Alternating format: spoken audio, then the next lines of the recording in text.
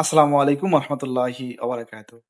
মৃত্যু আমাদের এই পৃথিবীতে, আমাদের এই জীবনে খুবই স্বাভাবিক একটা প্রক্রিয়া এবং একটা বিষয়। এরপরও এই স্বাভাবিক বিষয়টাকে আমরা এড়িয়ে চলি। আমরা ভয় পাই। আমরা মেনে নিতে পারি না মৃত্যুটাকে। কেন?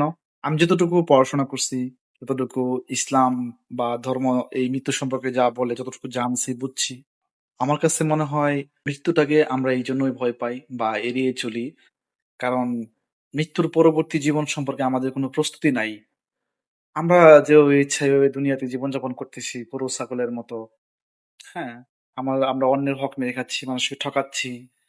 আ আমাদের যা করার কথা না আমরা তাই করতেছি। যেগুলো করার কথা ছিল ওগুলো করতেছি না। সৎভাবে জীবনযাপন করি না আমরা। সো আমাদের জীবন এবং পশুদের জীবনের মধ্যে কোনো পার্থক্য নেই। শুধু দেখতে ভিন্ন আমরা। সো আমরা যখন মানে মৃত্যুর পরবর্তীতে যখন হিসাব নিকাশের একটা বিষয় চলে আসে, ধর্ম যখন আমাদেরকে বলে যে মৃত্যুর পরবর্তীতে আমাদের একটা হিসাব নিকাশ আসে। এই একটা অবচেতন মনে আমাদের মধ্যে একটা ভীতি তৈরি করছে। আমি যে জীবনযাপন করতেছি, এই জীবনযাপনে মৃত্যুর পরবর্তীতে আমার হিসাব তো ভালো হবে না। এই যে আমাদের একটা ভয়, এখান থেকেই আমরা মৃত্যুকে মানে ভুলে থাকার চেষ্টা করি। আমরা মরতে চাই না। মৃত্যুর ভয় কাজ করে আমাদের মাঝে। যে মরলে তো আমার অবস্থা ১২টা বেজে যাবে। মৃত্যুকে ভয় পেয়ে ভয়টা কাজে লাগানো উচিত।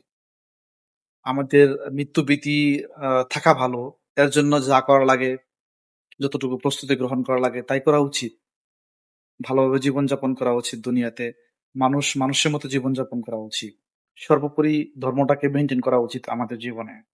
কয়েকটা দিন ভালোভাবে জীবনযাপন করে দেখেন, দেখবেন মৃত্যু ভীতি থাকবে না। মৃত্যু সম্পর্কে ভয় থাকবে না। কারণ মৃত্যুর পরে তো আপনার হারাবার কিছু নাই। বরঞ্চ মৃত্যুর পরেই প্রাপ্তির সময়।